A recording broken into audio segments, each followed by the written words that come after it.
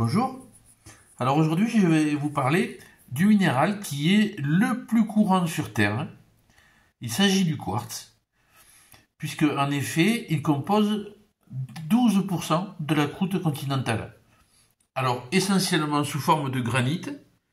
Alors ici on voit les gros cristaux, ce sont des cristaux de feldspath, les petits cristaux noirs, des cristaux de mica biotite, et les cristaux gris qui sont interstitiels, c'est du quartz. Alors je dis cristaux, en fait c'est pas tout à fait vrai, parce que lorsque le magma refroidit pour former le granit, c'est le feldspath qui cristallise en premier, donc les cristaux sont bien développés, le mica ensuite, et puis le quartz, il va combler les trous quand il va se solidifier, donc il n'a pas de forme de cristaux bien déterminée.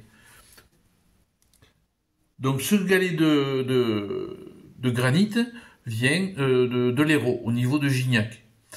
Ici, on a ce qu'on appelle une migmatite. C'est un granit métamorphisé par la température et la pression, dans lequel le quartz se retrouve condensé dans certaines zones et le mica biotite dans d'autres. Également, dans ce gneiss œillet, alors ce qu'on appelle les yeux, en fait, sont ces cristaux en amande. C'est des cristaux de feldspath qui ont été modifiés par la température et la pression. Ces deux échantillons de granit métamorphisé viennent du massif du Carous. Et ensuite, donc plus rare, mais quand même relativement courant, le quartz sous forme cristallisée. Alors voilà le premier échantillon de quartz que j'ai acheté, il y a maintenant plus de 50 ans. Ça a été un des premiers minéraux de ma collection. Depuis, il y en a eu bien d'autres, comme ce joli cristal, bien transparent.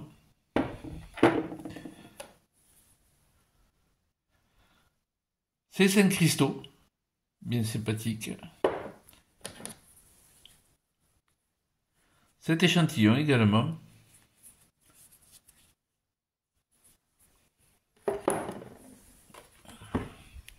Celui-ci, qui est également très joli.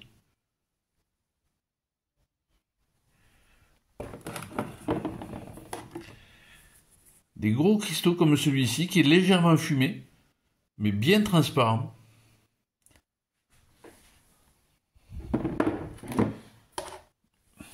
Un autre gros cristal.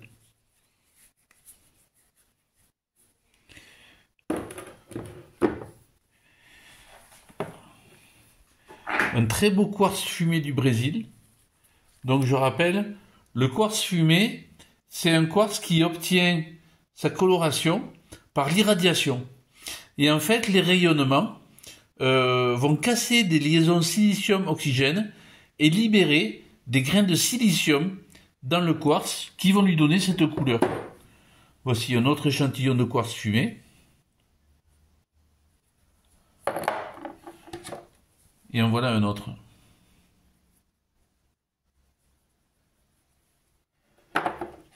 Alors on a aussi dans les quartz un quartz bien connu et très courant qui est le quartz rose sous forme massive.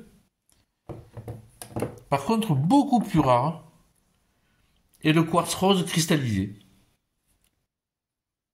comme cette géode.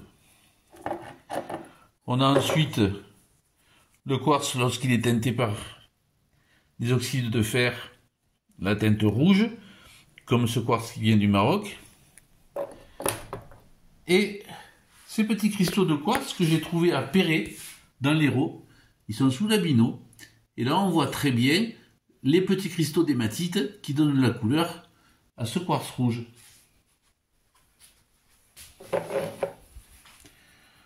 On a également la coloration jaune qui est disponible dans la citrine.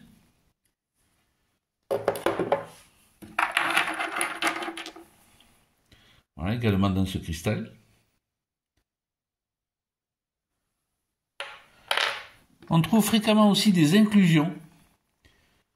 Voilà un quartz fantôme, comme on l'appelle.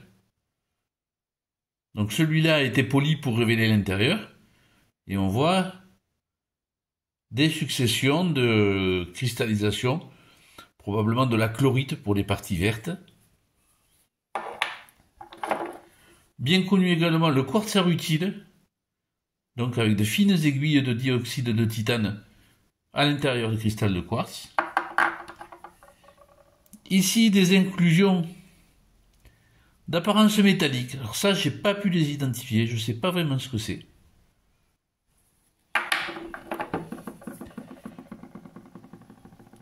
Voilà, ici, des inclusions d'un minéral fibreux bleuté. Ici, dans ce cas, il s'agit d'inclusions d'argile. On appelle ça un quartz fenêtré.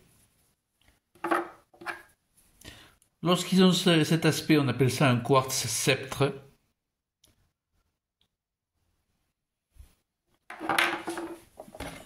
Et bien évidemment, la très connue améthyste, très appréciée, pour faire des bijoux notamment. Voici une tranche de géode d'améthyste.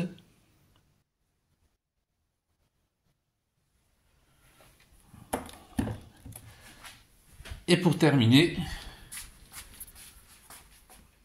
ma grande géode d'améthyste.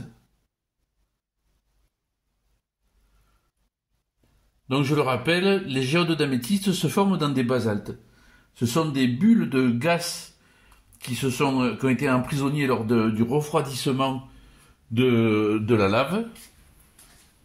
Et donc, par la suite, il y a des fluides de l'eau qui circulent à l'intérieur de la roche, qui dissout de la silice à certains endroits, et qui viennent se cristalliser à l'intérieur des géodes. Voilà, et pour finir, je vous montre cet échantillon de quartz, qui est un échantillon que j'ai récolté dans l'Aveyron, non loin de Saint-Jean-du-Bruel. Alors c'est le quartz, une roche extrêmement dure. Pour sortir cet échantillon, j'ai mis un quart d'heure avec la massette et le burin. Je me suis coupé 3 fois, parce que j'avais pas de gants avec moi. Et le quartz, c'est une roche extrêmement solide. Tous ceux qui ont eu affaire au quartz connaissent bien à quel point ce minéral peut être extrêmement résistant et difficile à extraire. En tout cas, très content de cet échantillon.